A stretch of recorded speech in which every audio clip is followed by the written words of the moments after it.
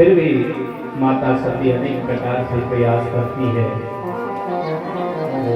कि हे देवाधिदेव महादेव, आज मेरे पिताश्री कनखल नामक पवित्र तीर्थ स्थान पर बहुत बड़ा विशाल यज्ञ कर रहे हैं और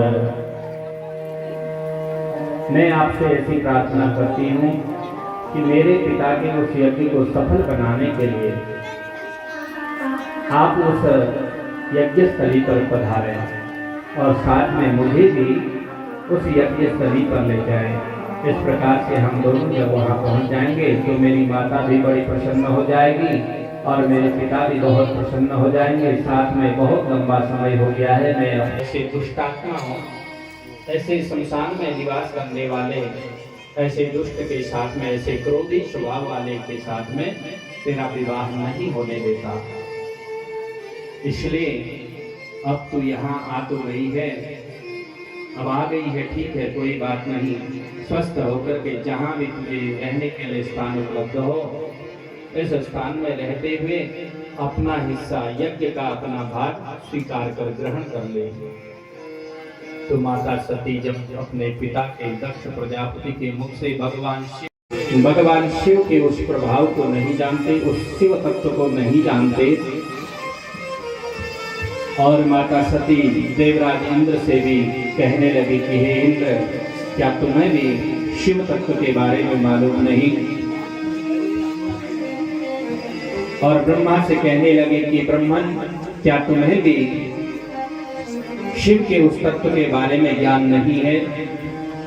यद्यपि तुमने पहले भगवान शिव से द्रोह किया था और भगवान शिव से द्रोह करने के कारण, झूठ बोलने के कारण तुम्हारा एक सिर कट करके पहले तुम्हारे 5 सिर थे, 5 मुख थे, और इन्हीं सिर के द्वारा तुम्हारे उस 5वें मुख को कटवाया गया था।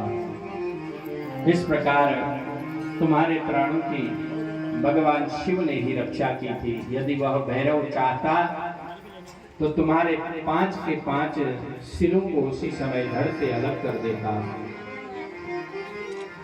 अन्य उपस्थित उस यज्ञ मंडप में सभी देवताओं से मां सती कहने लगी कि अरे देवताओं, तुमने बिना भगवान शिव के इस यज्ञ में आकर के यह अच्छा कार्य नहीं किया। और सती की ऐसे क्रोधपूर्ण बातों को सुनकर के स्वयं दक्ष प्रजापति सती से कहने लगा कि अरे दुष्ट, तेरा स्वामी जो कि सब प्रकार से अमंगल